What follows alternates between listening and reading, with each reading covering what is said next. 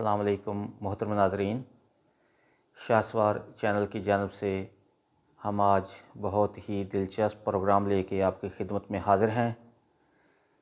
Programme शुरू करने से पहले आपसे रिक्वेस्ट है कि हमारे चैनल को सब्सक्राइब कर लें और बेल आइकॉन पे भी क्लिक कर लें। तो नाज़रीन, आज का प्रोग्राम पाकिस्तान में बोले जाने वाली एक बहुत ही मुनफरद ज़ुबान के बारे में है।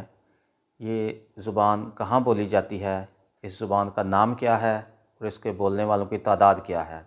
इस ज़ुबान के बारे में बहुत ही दिलचस्प हक़ाइक़ हम आपको बताने जा रहे हैं। तो आइए अपना प्रोग्राम शुरू करते हैं।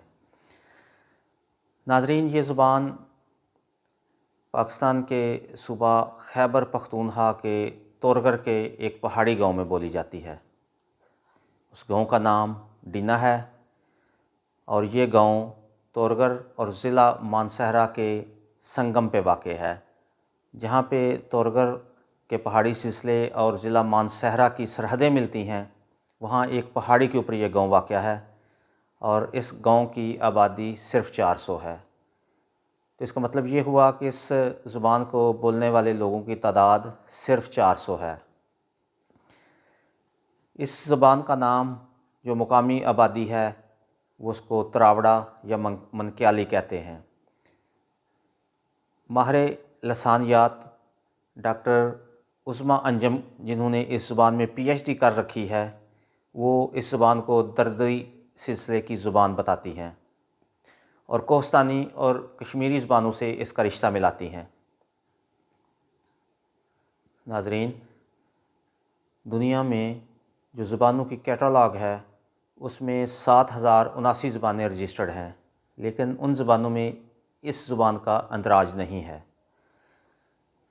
कुछ अर्सा पहले तक डीना गांव तक रसाई बहुत मुश्किल थी, लेकिन अब चूँकि वहाँ पक्की सड़क बन चुकी है और आसपास के लोगों का वहाँ तक पहुँचना आसान हो गया है, इसलिए दूसरी ज़ुबानों जैसे हिंदको और उर्दू के अल्फाज भी इस ज़ुबान में शामिल हो रहे हैं।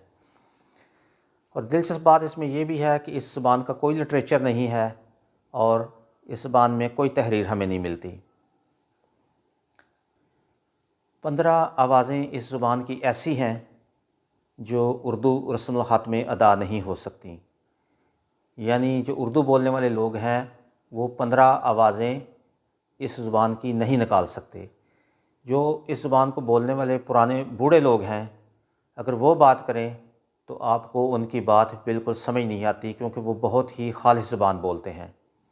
लेकिन अगर नई नस्ल, बच्चे या नौजवान बात करें तो उनकी बातों में हिंदको और उर्दू के अल्फाज शामिल होते हैं, तो आप उनकी बात को कुछ थोड़ा बहुत समझ सकते हैं। अब जो सबसे अहम सवाल है वो ये है कि ये ज़ुबान कितना अरसा ज़िंदा रह पाएगी, क्योंकि अब आसपास के इलाके के लोगों का वहाँ आना जाना बहुत आसान हो गया है। तो इस ज़ुबान को अब ज़िंदा रहने के लिए बहुत जद्दोजहद करनी होगी।